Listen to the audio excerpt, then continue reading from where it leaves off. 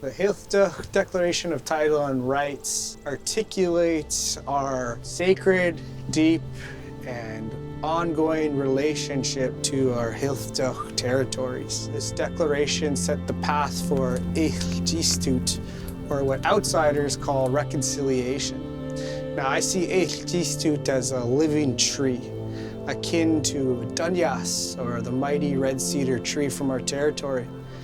And this living tree is an evolving, growing being. And the declaration serves as the trunk. From there, you have the branches of the tree, which are like the twiggy law and the framework agreements. And coming off those branches, there are limbs, like different priority house posts, such as economic development and the purchase of sure water, or health and wellness, with the building of a long-term elders care center in Bella Bella, or even the language programs that have been developing in our community.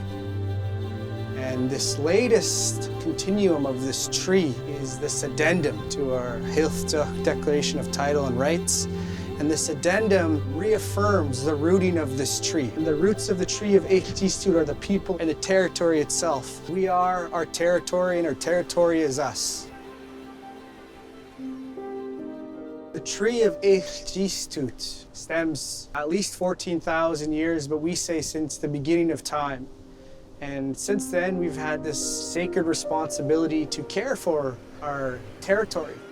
Each one of our agreements with Canada and BC under the Hacstut term, whether it's the framework agreements, or the Twiggy Law agreements, or the resource agreements that we have signed, we have always made sure to explicitly state this is not a treaty, and there's no abrogation or derogation of our Aboriginal and inherent rights as Hacstut. The Twiggy Law agreement's the first time Canada and BC have ever agreed that a First Nation has Aboriginal title and rights, including the right to self-government. Twiggy Law means to create a pathway forward that is not based on common law and Supreme Court decisions for title. It is based on inherent rights and jurisdiction, and that is through our hereditary chiefs. We're not engaged in a treaty process with British Columbia or Canada. We have no mandate to give up any title or rights. Hacstut will continue to govern Hacstut.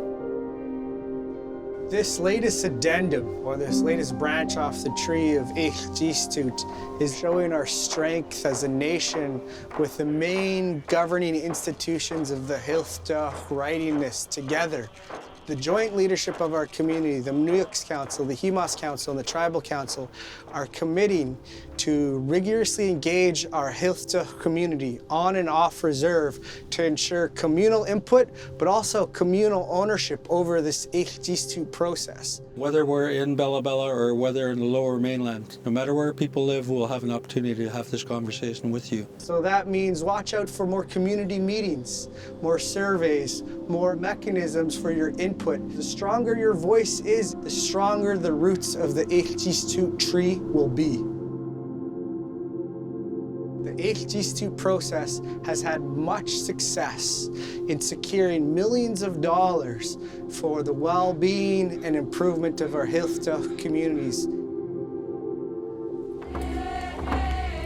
We are working to revitalize our language, increase the quality of our homes, develop economic opportunities, take over the management of our fisheries and oceans, and enhance our governance. And we have been making great strides in all of these different house posts to date. Our plan is to create as many jobs as we can as we move forward through these projects, from start to finish, with all local labor. Hacstut is literally about turning things around and making them right again, but ensuring that we do not lose anything our ancestors fought so hard for. These different Hacstut agreements reaffirm that Canada and BC owe Hacstut people fiduciary responsibilities like healthcare, education, and a tax-free status when working on reserve. In 1913, our ancestor Bob Anderson spoke to the McKenna-McBride Commission when he stated, "We own all of this land, and long after we're gone, our children will hold on to these same ideas."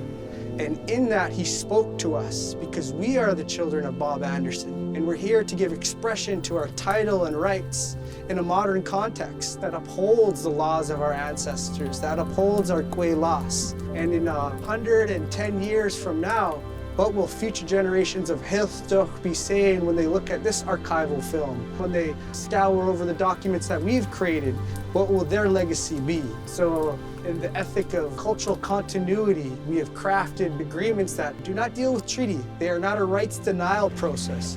Rather, they are a rights enhancement process. They are a responsibility to future generations. This tree of Haíță cístut continues to be nurtured and to give in that reciprocal way, in the way that a cedar gives planks and monumental canoes and gives cedar bark. That's how we see Haíță cístut.